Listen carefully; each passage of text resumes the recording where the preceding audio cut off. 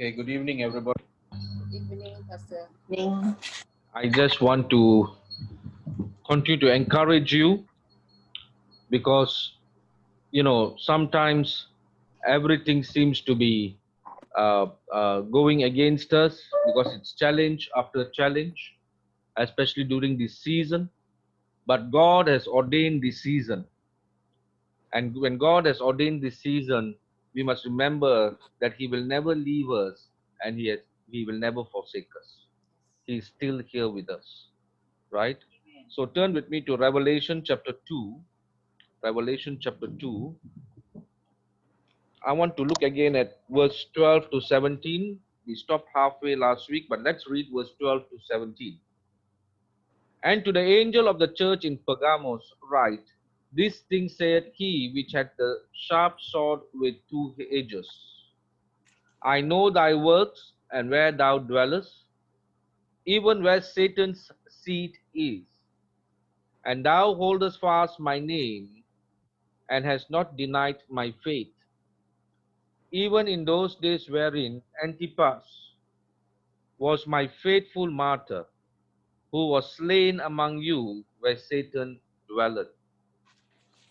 But I have a few things against thee, because thou hast dared them that hold the doctrine of Balaam, who taught Balak to cast a stumbling block before the children of Israel, to eat things sacrificed unto idols, and to commit fornication. So as thou also them that hold the doctrine of Nicolaitans, which thing I hate, repent, or else I will come unto thee quickly, and will fight against them with the sword of my mouth. He that an ear, let him hear what the Spirit saith unto the churches. To him that overcometh will I give to eat the hidden manna, and will give him a white stone, and in the stone a new name written, which no man knoweth, saving he that receiveth it. Amen. Now, last week I did verse 12 and 13, and we saw a few things. Firstly, uh, I explained to you that the recipient of this letter is to the minister of the church. And I told you also the importance of the minister in a church. Minister here means the pastor, the importance of his role, and how the pastor is responsible for his sheep because Christ will call him accountable. Right?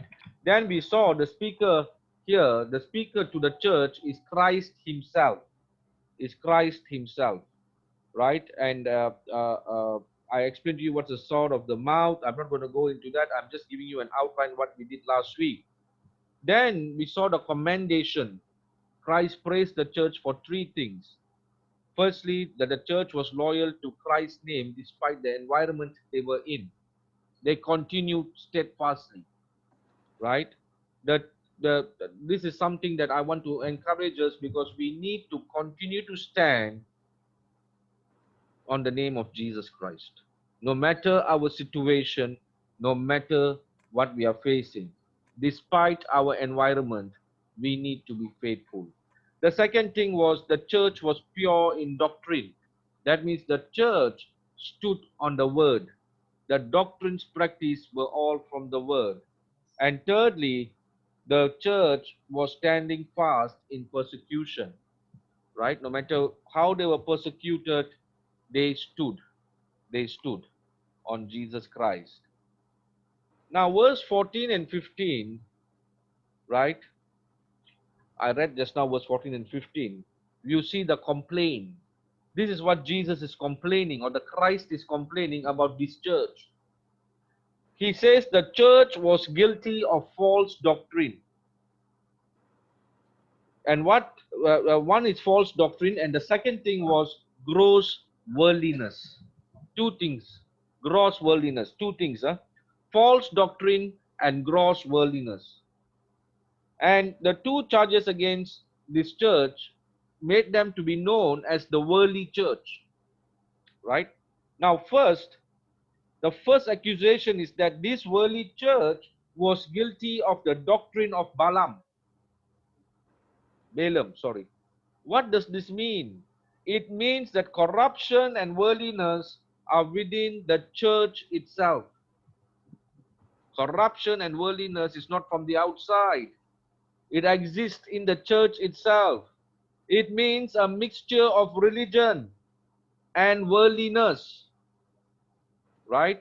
I always tell our students in Bible college, if you all can remember, I always say we are supposed to bring Jesus to the world, not bring the world into to Jesus and try to change things in the church so that the world can accept.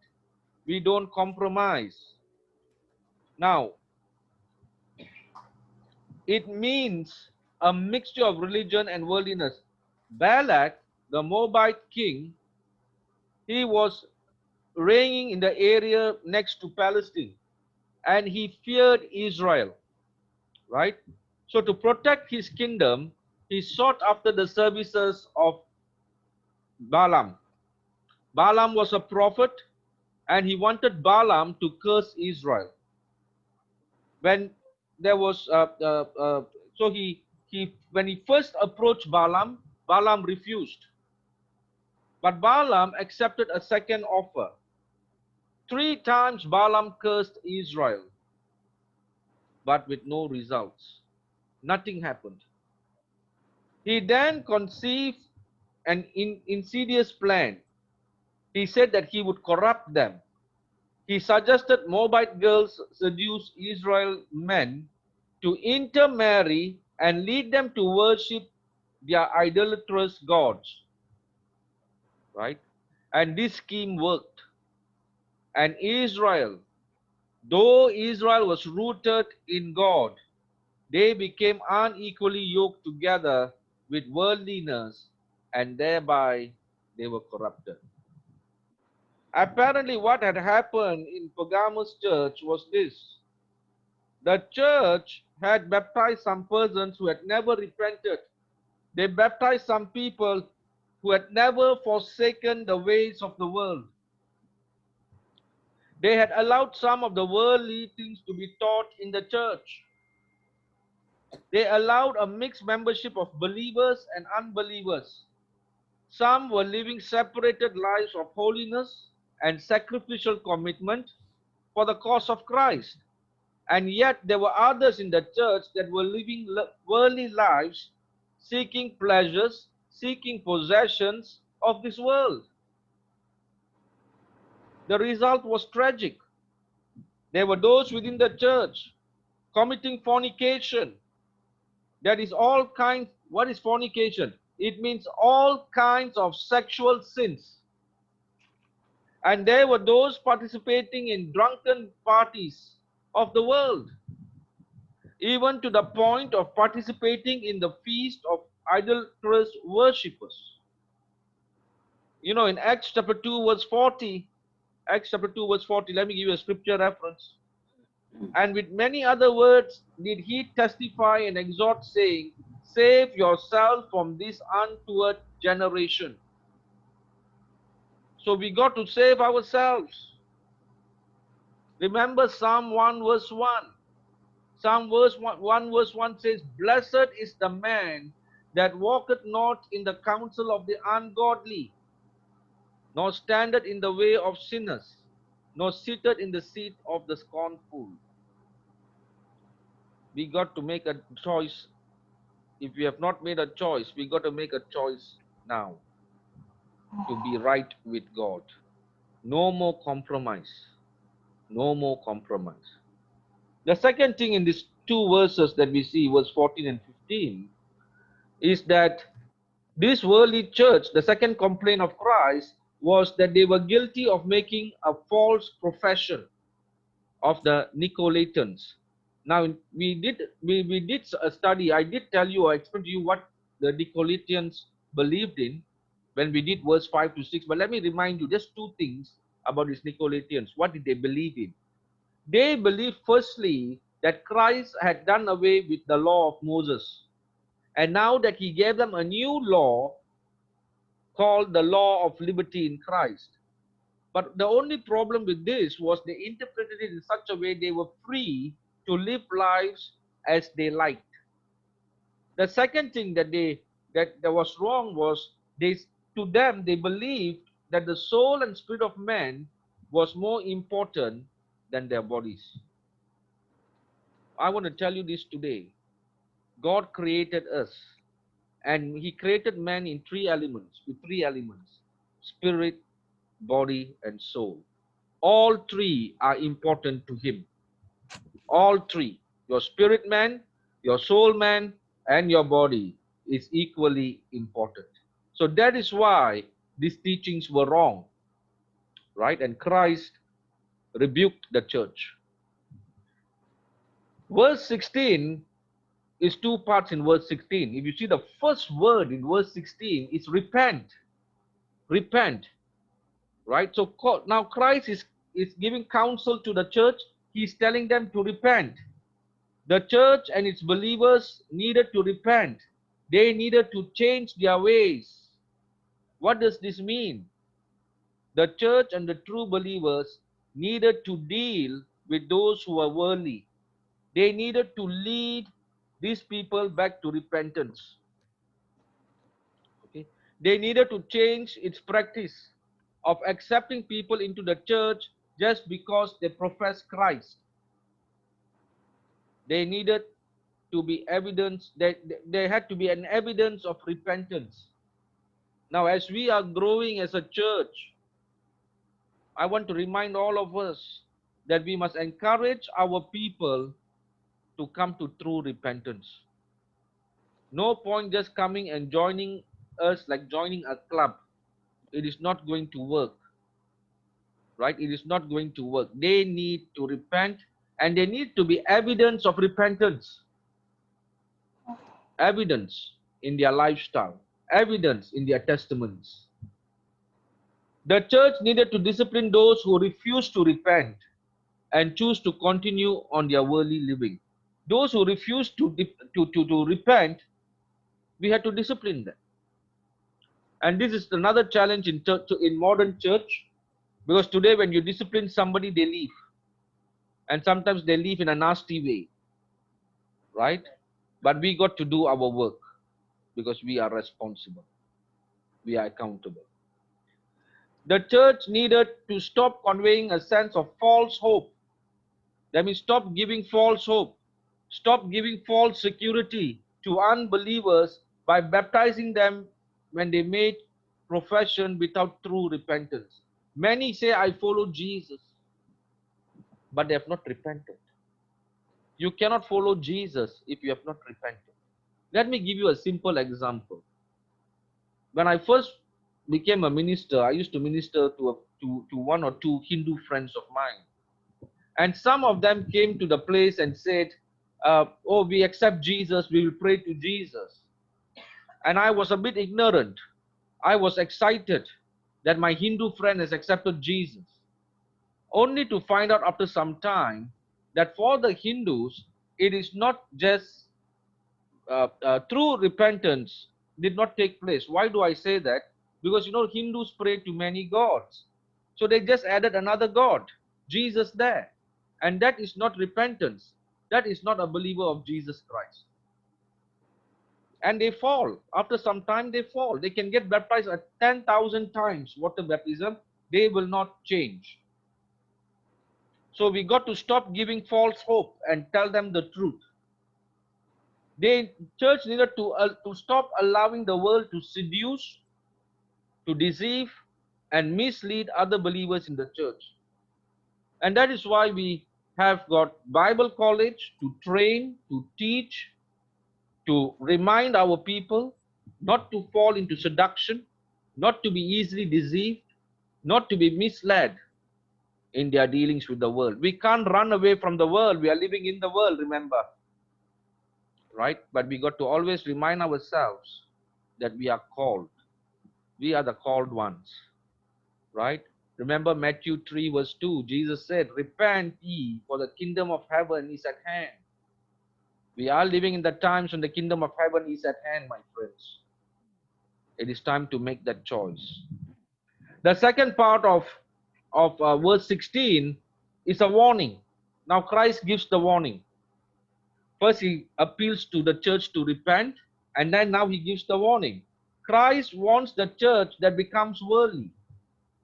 Right? Today we go to some churches, it's like a concert going on. We are not conducting concerts. We are worshipping, and we have to worship in spirit and truth. So we cannot become worldly. Right? Now when a church becomes worldly, what happens?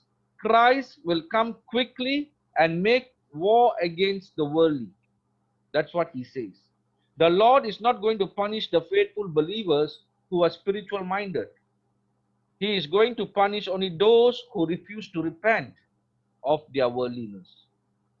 So we cannot afford to have our fellow brothers and sisters in our household. If they are worldly, we cannot afford to lose them, because we have to win together as a team, as a household. The anger of Christ is always against the impure. Christ will never punish the spiritual members of the church. Remember that. The price we pay, we will always be rewarded. Right? He will only punish the worldly members. And how is he going to punish? With the sword of his mouth. That is, he's going to punish those who are worldly with the power of his word. His word.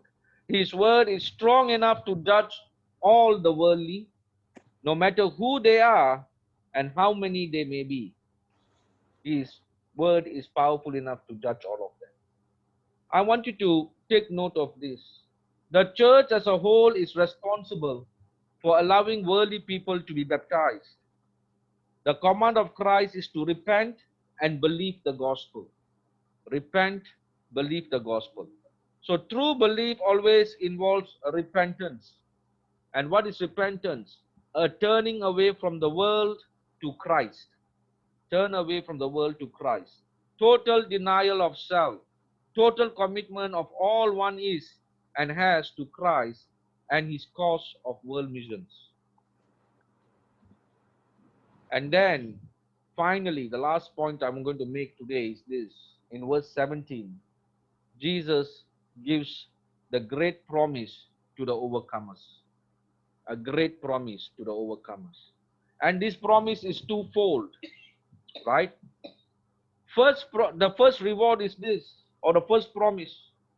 The overcomer is given the right to eat manna or the bread of heaven. Now, this is a reference to the manna that was used to feed the children of Israel during the wilderness wanderings, if you remember. God actually caused the manna or bread to be rained down from heaven upon them. You can see this entire story in Exodus 16 verse 4. The point that I want you to note is what it means. Manna was given by God to feed the Israelites and to keep them alive during the wanderings upon the earth. Now, what does hidden manna mean? What is the bread of heaven?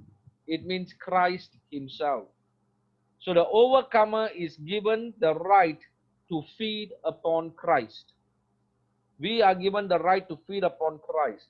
And this is exactly what Christ himself said. Right? In John chapter 6 verse 35. John chapter 6 verse 35, Jesus said, I am the bread of life.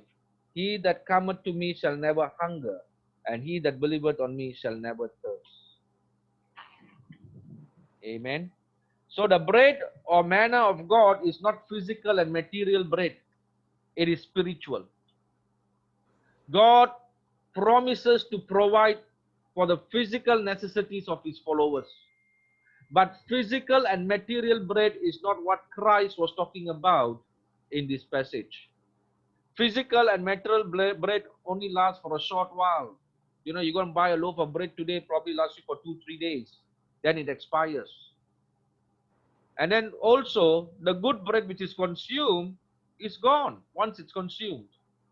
Its satisfaction passes and man's hunger arises again. But the bread that God gives is spiritual bread. That is spiritual food for the soul. It is the bread that man really needs more than anything else on earth. It is the only bread that can permanently feed and meet the need of man. And what are the needs of man? Our hunger. It meets our hunger. It meets our restlessness. It meets our emptiness. It meets our vacuum, our loneliness, our lack of purpose, our meaning of life, our significance in this world. It will fill up all that. It will fill up all that. The heavenly bread, Christ Himself, gives life to men. The very purpose of bread is to give life. Bread gives life by nourishing and sustaining. I'm talking about the bread itself now. Bread gives life by satisfying. Bread gives life by creating, by energizing, creating a desire for more. Bread gives life by being eaten on a regular basis. So Jesus Christ Himself gives life to the overcomer by doing the same thing. Jesus nourishes us and sustains us. He satisfies us. He energizes us. He creates a desire or the need in us to want more of Him, and He feeds us on a regular basis. So the person who overcomes worldliness, the person who stops feeding upon the world, that person will be given the food of heaven itself. He will be allowed to eat the eternal bread of heaven. He will never die. He will never die. Note the manna is hidden. This simply means that Christ is hid to the worldly people of the earth. The worldly do not see nor feed upon the bread of heaven. Christ is hid from the world. The second promise to the overcomer is a white stone with a new name written on it.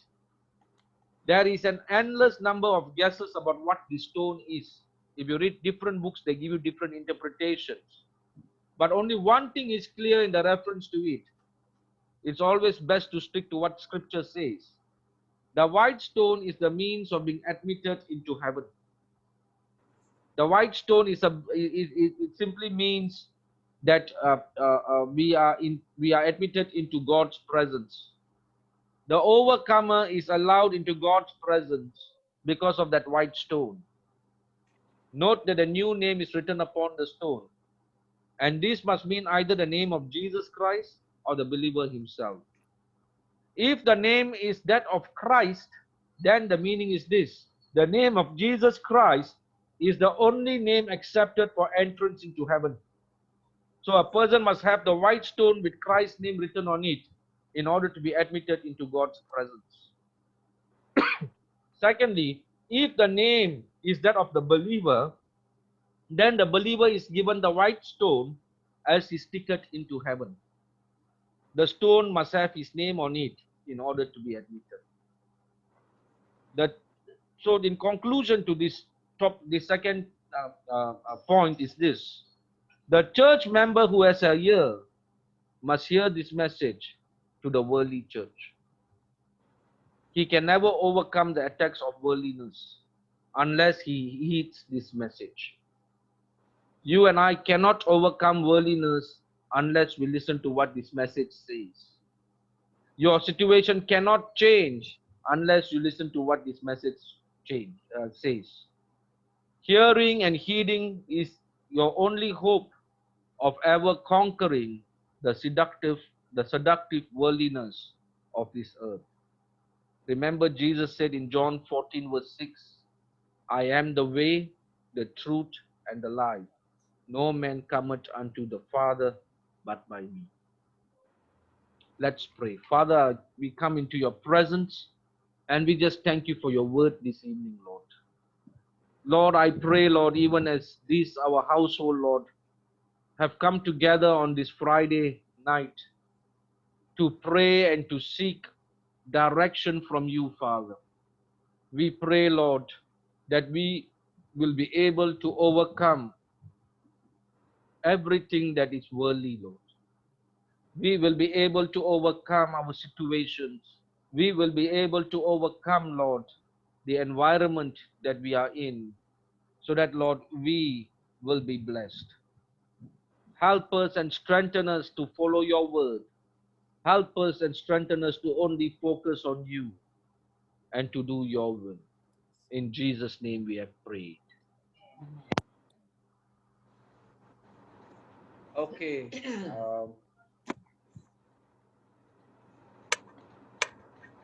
Just give me a minute.